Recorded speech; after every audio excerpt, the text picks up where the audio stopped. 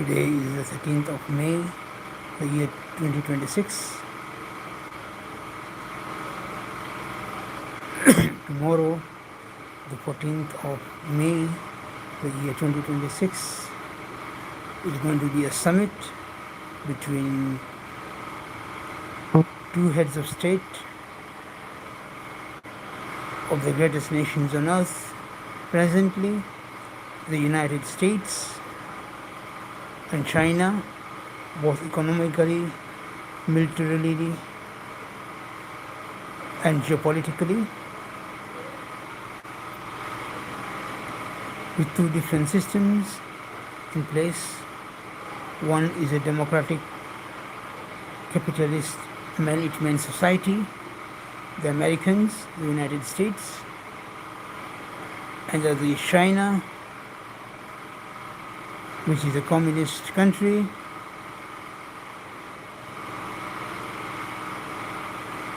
with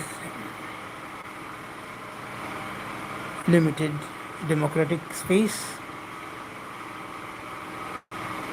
Both of them are nuclear armed and have huge economies and have a great stake in the resolution of the Middle Eastern crisis revolving around the Persian Gulf, the Arabian Sea, and the Middle East.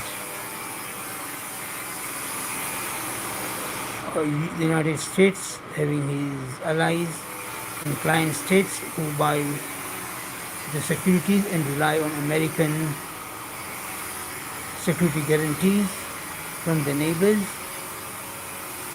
including Israel, Saudi Arabia, UAE, Qatar, Bahrain, Kuwait, Oman, and China, which imports its oil from these same countries, including Iran, and also sells its manufactured goods significantly through these countries, especially Dubai, which is where entry point for manufactured goods sells from all over Africa and the Middle East, including countries like Jordan, Lebanon, Syria, and everywhere. It is a great trading and transshipment transit hub. And China sells a lot of its manufactured goods to them. They need to sit together, and China is greatly allied to Iran through its 25-year investment program of $400 billion into the Iranian economy, and the purchase of Iranian oil at discounted prices, and the security and supply of Iranian oil ensures that the Chinese industrial machinery continues operating at the scale it has been operating. Hence, it has a clear stake in ensuring that there is a comprehensive peace agreement, preferably with a Middle East Economic Union, and a peaceful resolution to all the disputes within this area. Not only the present dispute, which is between the United States and Israel on one side and Iran, but the general warlike atmosphere, because Qatar was also at one time blockaded, and there is conflict between them and the United Arab Emirates and Saudi Arabia. Saudi Arabia, United Arab Emirates also had invaded Yemen, and there is a fragile peace going in that region also. Then there is different countries, including Iran and Saudi Arabia, backing different factions in Syria, in Lebanon, and even in Iraq. which is was one of the biggest oil reserves in the world, and also has the potential to become one of the biggest oil producers in the region. It was so before the sanctions of Saddam Hussein's failed Kuwait invasion. That whole region needs to be cleaned up, I would say preferably including Pakistan and Afghanistan. So my prayers would be that may the Divine Supreme Being, who is also the source of peace, and we recite the great invocation 7 times. It is there in my Harmony Horizon channel on YouTube. You can also find it on my pages on Planetary Peace Meditation and Harmony Horizons on Facebook. My name is Muhammad Abdullah Ibrahim. You can search that name and you will come to my Facebook accounts. We want to have a peaceful resolution which is just and fair to all the parties, including Israel, Iran, Saudi Arabia, Yemen, Syria, Lebanon, Iraq, plus also the Gulf monarchies like Oman, Qatar, Kuwait, Bahrain, United Arab Emirates, and the foolish competition of one man up ship and doing in arms race to have be the number one arms per capita nation in the world between Saudi Arabia and UAE, and there's also friction between Saudi Arabia and UAE, which led to the UAE leaving OPEC. That also needs to be resolved, or because I think UAE feels just because UAE went first into the tech boom through Dubai Speaking Oasis, and it has got a history of talent from India and global talent related to ICT coming, settling in Dubai and working in Dubai. And its AI also industry is far more advanced than Saudi Arabia's. Saudi Arabia goes about pouring money into to buy that capability just because it has more money. It is a really foolish competition and also an arms race, and also the race who will have the biggest, tallest building. Dubai built its Dubai in the United Arab Emirates built its as a trading hub and the tourism center, a non-religious tourism center basically. I mean the great resort parks, the Burj Al Arab, Burj Khalifa, the Dubai Eye, the biggest eye, rotating Ferris wheel in the world, and wild body and what not to attract tourism and getting investors. It was a great success.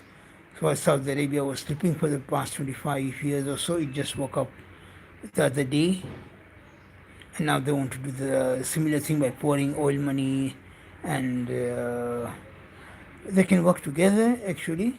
Saudi Arabia has a different kind of tourism. Of course, the religious tourism led by Hajj is there. Hajj and Umrah tourism for Muslims. Secondly, it also has heritage tourism potential, like we are rebuilding the fort of Khyber, and people could, when they come for the religious obligations for Hajj and Umrah, and visiting Medina, the grave of the Prophet, where the Prophet is buried in the Mosque of the Prophet. They can have visits to Khyber, maybe one they can develop Uhud, and they can have a replay or something, or a reenactment of the Battle of Uhud, Battle of Badr. In Badr also they can recreate Badr, Uhud, Khandak also, just outside the city walls of Medina, Khyber, Even Hunain in the Hijaz, in the area around as you go towards from Mecca to Taif. Then these other historical sites like Ud and Thamud, where Prophet Saleh was there, and also there are other historical sites. It can become a heritage tourism, can be built. Even in Yemen, heritage tourism potential is there. Iran, Iraq, of course, it is there. The Arbain between Najaf and Karbala is one of the biggest events in the world, gatherings in the world during the Arbain time. That is 40 days from the day of Ashura, from the 10th of Muharram. That can be developed further. And even in Medina, the various houses which used to be there before, like of Imam Malik bin Anas of the Maliki school of fiqh, and also Muhammad al-Baqir and Imam Jafar. Those houses can be recreated, and the whole atmosphere of religious students coming there, and also tourists coming there could be developed in Saudi Arabia, in Iraq also, in Kufa. Yes, in Kufa there is a Masjid Kufa where Imam Ali ibn Abi Talib, the fourth Rashidun Khalif, was martyred. It's there. It's also a center for tourism, mostly for Shias, but even Imam Abu Hanifa had his house there, and his school was based in Kufa. And that also can be developed into a tourism thing. Tourism for the Hanafi Muslims, the various reenactment and things associated with Imam Abu Hanifa. Imam Ahmad bin Hanbal was in Saudi Arabia. The area where he was his base and his home area can be recreated. Maybe his house, like how in Stratford upon Avon in the United Kingdom, Shakespeare's house has been kept and kept as a historical place for people to come in. And here was Imam Ahmad bin Hanbal, Imam Abu Hanifa, and Imam Malik bin Anas. That also can be reenacted and recreated.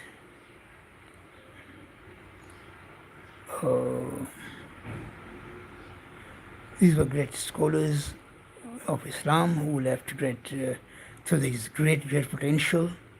So a comprehensive peace agreement to the Middle East is really important, that the heads of states of China and the United States agree on it and they push it to the allies. Even if that means the United States have to move out of the region, let them move out. And these people also have to grow up, have to evolve.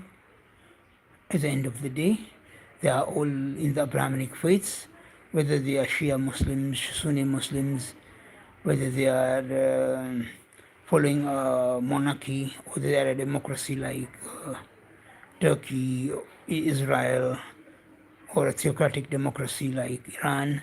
Iran is a theocratic democracy with a vibrant democratic space. They have a full parliament elected regularly, elected president. They have presidential elections, which are usually free and fair. Yes, they have a guardian council, which is like similar to the Senate in Canada, which is not elected, or the House of Lords in the United Kingdom, who are the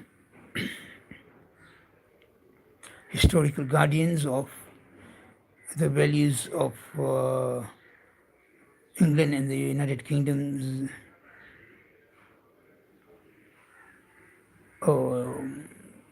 and also a supreme leader who is the head of state. it is nothing wrong. It is simply a system which is different from yours. Like the Chinese have the different communist system, the Russians also have a different communist system. So let us invoke for the Divine Supreme Being's grace and blessings on a comprehensive peace agreement for the Middle East, or underpinned by a Middle East Economic Area, which will enable all the 15, or we can say 17 countries, if you include Pakistan and Egypt.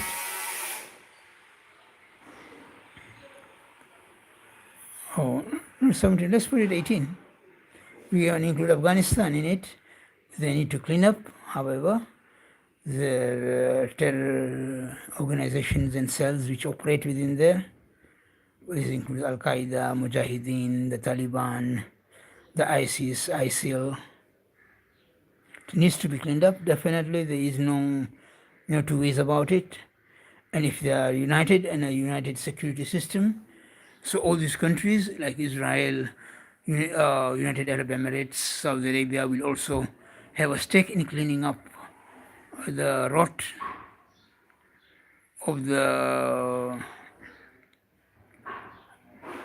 terrorist organizations. Let us invoke for the help, guidance, and assistance that they do find a resolution for an immediate peace agreement, not just a cessation of ceasefire, but a peace agreement, and Iran gets a right to continue with its nuclear program and continue its missile development. The whole region also benefits that if each of them is working on the security system of the other in like a NATO-like pact, then each and everyone gets a nuclear umbrella, 3 nuclear umbrellas actually, from Israel, from Iran, and from Pakistan,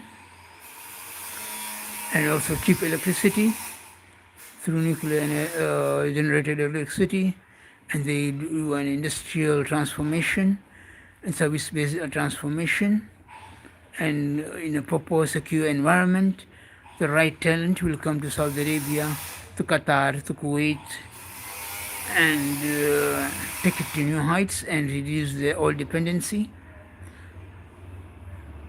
So they all have a real stake, even Pakistan. Pakistan has people, huge population. Egypt also has people, huge populations. They can come, and they also have a great industrial base for soft goods, things like refrigerators, like the Tornado brand of Egypt. They make very good refrigerators. It will be awesome. Let us hope that in good faith, the United States and China agree on a working framework, and each of them goes to the allies and ensure they accept that comprehensive peace agreement within the next 14 days. Amen. Amen. Amen. We are all brothers in the Abrahamic faiths, Christians, Muslims, and Jews. Amen.